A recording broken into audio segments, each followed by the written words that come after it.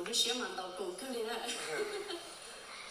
họ đi chơi để là gì thế để mà nó sợ thì lấy trong thì trong cùng đi điều hay cái chính sách nó là những xíu mà xíu trong đầu cùng thấy nhỉ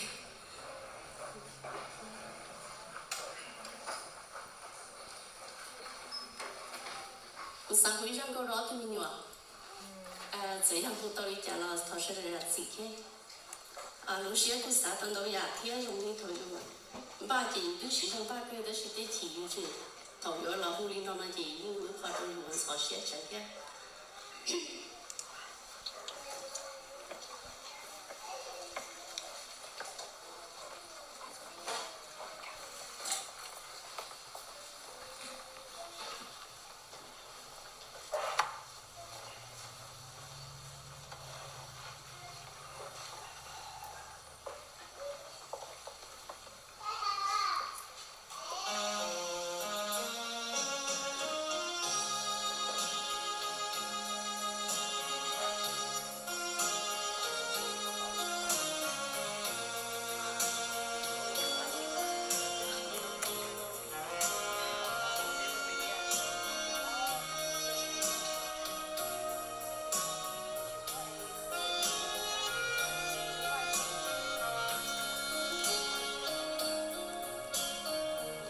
trong chia đủ nó giờ nữ chuyên xe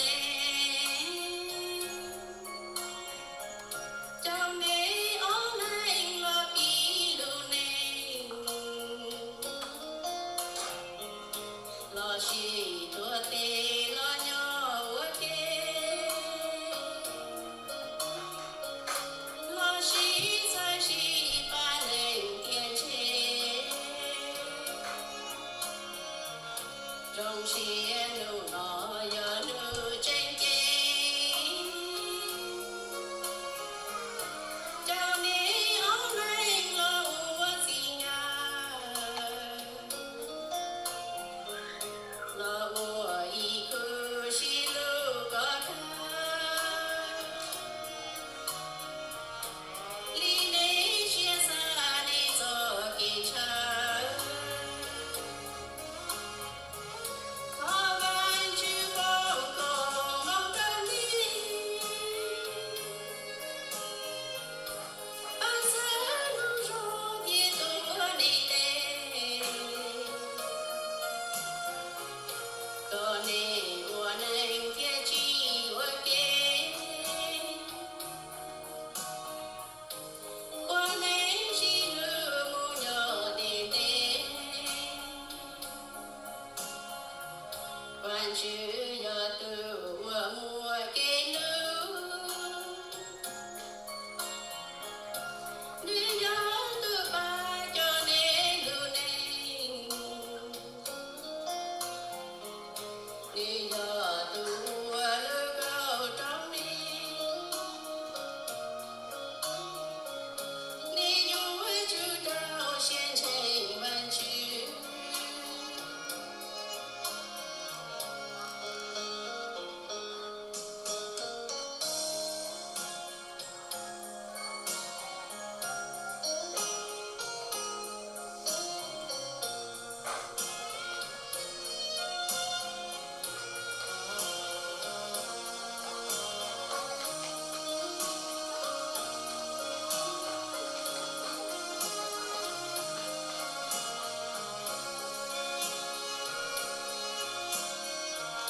Hồng anh chỉ vô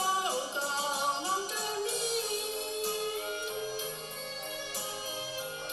bao giờ nụ ru thì tôi đi đến có nên buồn anh kia chỉ ok buồn anh chỉ lưu đến đến quan chữ giờ từ mua cái nữ đi nhớ từ phụ nó cả nhà rong mua xe mua này nhớ nhớ đến vui chú ta cho xe đầu anh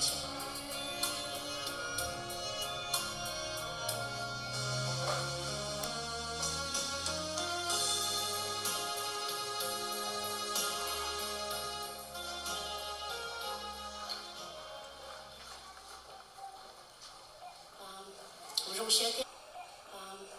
rong xe thế ở sẽ đây châu ở lúc đó đây sẽ đây cô sĩ sẽ hở muốn lúc đây tôi cũng ưa từ khu nhiệt gì nó tụi nhà trong trong để rong xe thế đây sẽ đây châu chỉ hay cho sinh cho gì bé bên trên cho anh nhiều gì nó tới cho tài lúa cho đá lâu tài lúa xin lúa sẽ đời nó tới cho đá lâu cho nhà thế tao nói cho sinh cho dê cho cứ cho tí cho con nhỏ gì nên sẽ đời đi cho mọi gì đi xí nên sẽ phải tôi cùng với phía ấy trong xe nên sẽ đời cho cái chỉ ta nên đời của cô chưa cho bé chuyện gì chế ya bé bên trên nên sẽ đời cô sẽ phải tôi bao nhiêu cái gì và cái đó cái món nó cho bé sẽ tôi sai nó ấy của thọ sự phụng cũng muốn cho chuyện chế sơ tu số tại sẽ tệ ở như tôi bao nhiêu rồi nó thôi sự phụng cũng muốn cho nên thì của trong cho sĩ phụ gia đình sĩ phụ nhớ đến được cái những món tàu đó chỉ số lúc sẽ bé thọ bé hành ở là người bên trên lúc sẽ ba bé ở trong xe kéo ở sĩ phụ thì là sĩ phụ cho theo của món tàu giả của trong đó sẽ đời đó chỉ thọ giả sĩ theo lâu rồi chơi chỉ có nước xả tàu là thổi vào hải chỉ xin cho cá lợi ở trong đó sẽ đời của cái khẩu thi là nhà tên kia cái nên là tôi cũng đó từ nhỏ thảo anh chúng mình cũng có đi sửa đời sống cho tôi cũng có trong đó để ở tôi nó sẽ chế cho nữ kia ấy họ ba chế cho chế luôn đầu tụi nhà tôi sống là tàu anh sẽ cho anh ấy sẽ đối kia cái rồi cái sẽ sai là chỉ chế trong mũi chỉ lý do nhiều dòng số là tàu sẽ được làm gì khác cũng hay ở bên ngoài nó trông dưới ấy thì mà những con tôi già đó thì trông cũng cháu nhỏ thế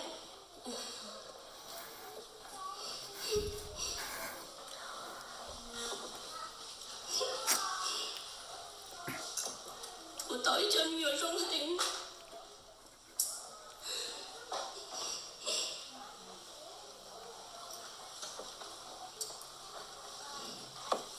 dạ ta nói cho đi nhưng cho rõ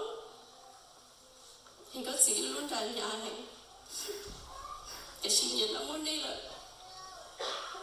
thì nó sẽ được ba so nhà này của tôi nó có gì cho xe thế này của tôi thấy khỏi trong đi nó ở trong xe này thì thôi sư phụ có một đứa này cho thì cho bé lúc bệnh sự có gì ở tôi trong đi nó sự cái chịu bệnh sự thế này cái chịu bệnh sự cho thế này cái này ôn lên trong thế này sơi nuôi gì nó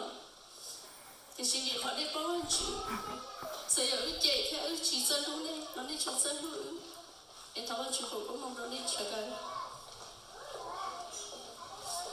thì cũng hai câu tôi ở nhà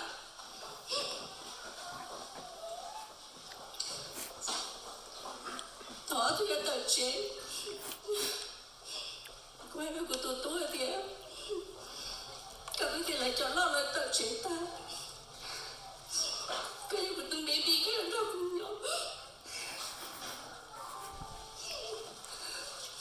tôi quá tôi nhận được chị mà cũng sẽ có sao tiền rồi đi trả lại cả liền em sẽ là chừng nhau như tên nó em sẽ là đứa trẻ đi tia tôi nhớ sáng nhớ rồi của yên tôi sẽ là cũng chơi xe đấy của sao tiền rồi đi trả lại sẽ nhau dễ rồi em nhớ ship ba họ chỉ sẽ những cái sao của sao của tôi nhà này xin luôn ok người đó nhớ tôi nhiều thế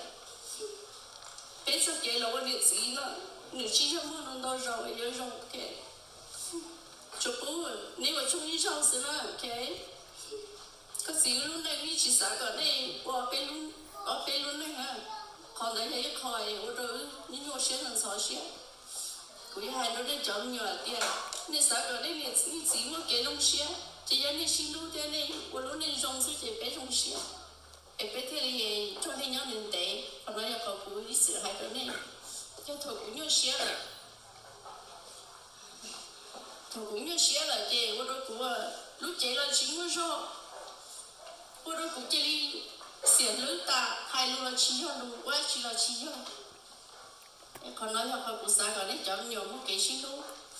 nên xin lúa là giờ thì anh chỉ mới bỏ nhẹ ít thông rồi ba cái gì cho cái gì là cứ chỉ tu xem bây giờวันนั้นยิ่งbỏ nàyวันนั้นจะจะnhảy theo in trên chỗ này rồi in không đuổi lên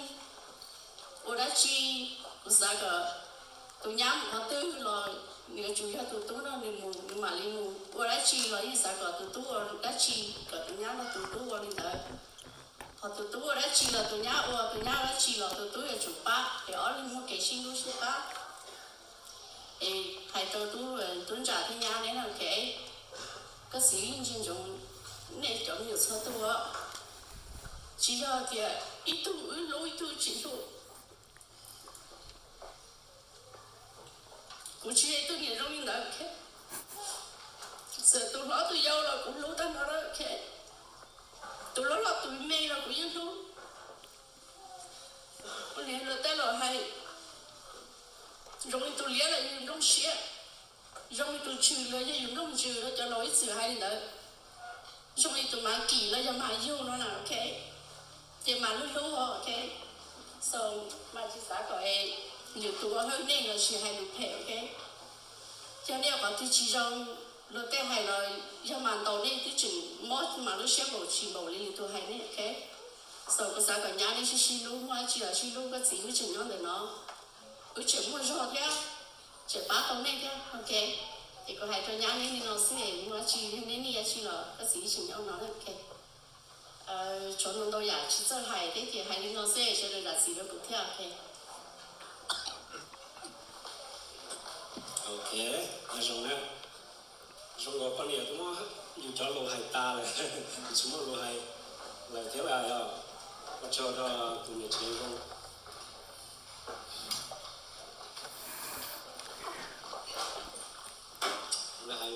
cáiวันนี้thì với chỉ một tuần này chỉ thì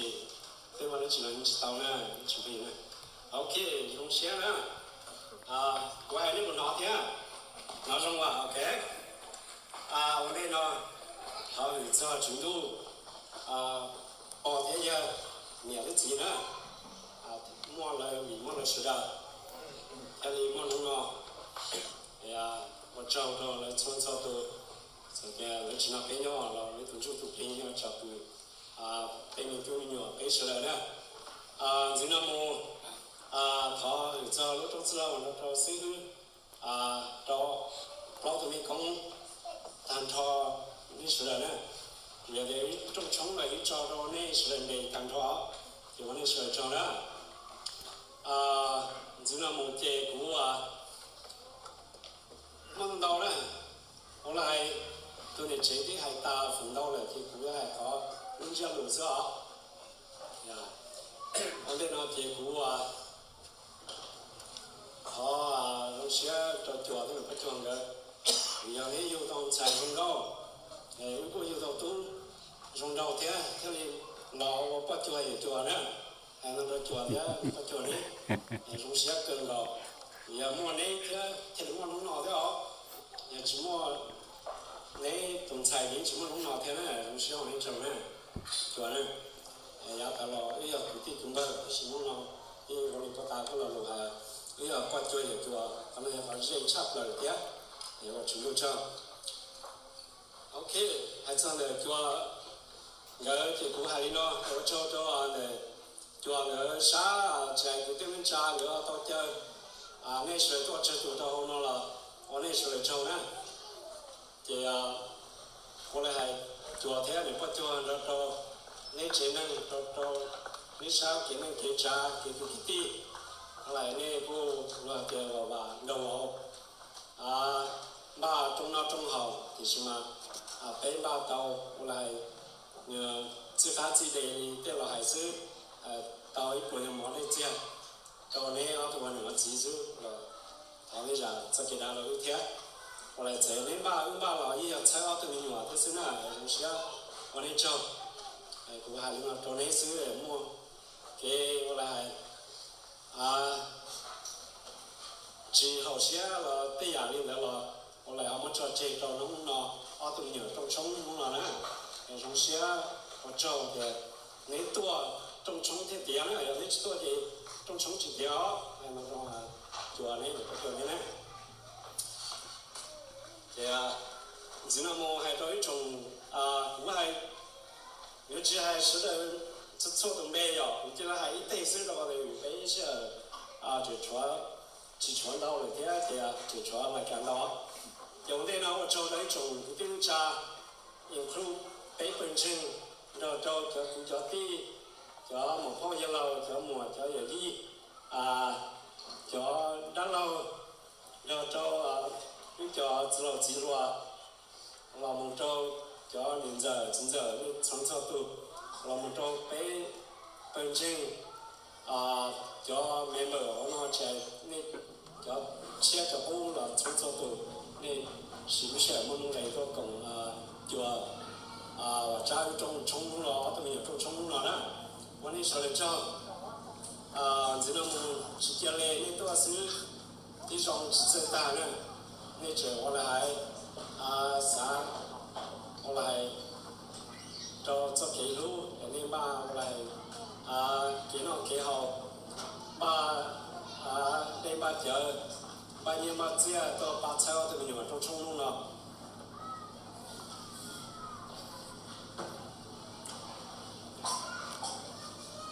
진짜네 이번에 설정은只要连阿东牛肉人吃饱知道了，管理得知道了，管理老路正了，那么如果你忘记一套了人路正，管理是正呢，呀，吃大的呢，如果找到比较年纪在那多班那班路，那么都弄了，被我来阿东牛都冲他里边。 cho nó sẽ nó thế cái vấn đề sẽ cho nè chạy tụ lót tụ nhau chạy cho tụ cho nhá cần chạy cho bỏ thì rồi nó nên gì rồi tiền sông nợ lỗi gì chỉ hay chơi mà chỉ sông nó xả ta gì với chỗ anh tôi nhà cái này ở đây là gì đó thế này thế rồi thì ưa tao đó đi nó sẽ là cá chả là cái là nó như này cái chuyện mà chuyện gì giống ba cái đấy tôi giống nó thế rồi mà tôi đi chả là bây giờ tôi sinh cái sao sai chả được giờ tao đây là một chị bé chỉ giống một cái sinh không sinh ba sinh mua đã sinh là sinh mà đi sinh kia nhỏ được nó thế chỉ ba chỉ theo để mà chỉ là bé mà đi sinh kia sinh gì chỉ ba hay là cho có chơi cái cho nên thế ya rồi chị ta đi nó xong rồi tao nên cả lo sẽ được là gì này chúng tôi sẽ được cho tôi đấy tôi sẽ nhau trên trò nó tôi đến buổi chào rồi những số sẽ tôi đấy sẽ được chung đấy để tao chỉ cũng mua đồ sơ tu gọi đâu còn nó người sẽ được một một chế là còn chỉ cái nó ai biết rồi thì đây là cả xin chỉ cho cái tôi chung nó ok ở trong đấy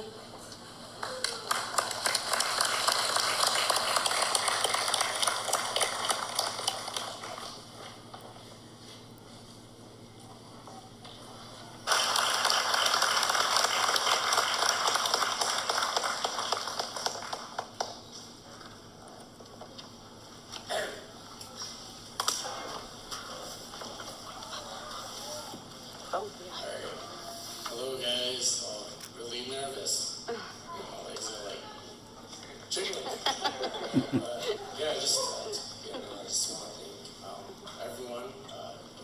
who is here. I want to thank you guys for attending Lena and our big day. So praise God for this big day too. Thank you to both mom and dads. I just want to thank all the families that have come from afar, all the friends that have come from afar too. If you're in town or from afar, thank you for coming. I just want to thank for those who came yesterday for the decorations, decorated this place. We really appreciate all the help, as well as those who have helped cook, prepare this meal for when we eat, for the desserts too. It's just, yeah, thank you to all my brothers, my sisters, and Yi, Nathies, Elena and I, we truly are thankful for you guys, and all the love that you guys have given us and supported us through this journey. I would like to both mom and dads for coming, Delaney, and all my sister-in-laws, and to Kevin. Like, you guys, I appreciate that you guys are here. I'm so nervous. But yeah, to both mom and dads, this is a very short speech, not as long as your guys', but Lena and I, we both love you guys. If you guys need anything, just call us up. We're here, it's not too far from you guys, so just let us know, if there's something that, we have done to upset you guys. Well, you guys could talk to both of us, we're really understanding, so, yeah, we love you guys. We appreciate you guys for setting up this big event, and yeah, just thank you all for being here. Praise God. Wait, hi everyone. John pretty much said everything, but I just want to thank you all for being here and just showing John and I some support and love. And we just want to thank everyone who came to help us, whether it's decorating or cooking. We really appreciate you guys, and we know that this day wouldn't be possible without you guys. So we're really blessed to have you guys and all you guys in our lives.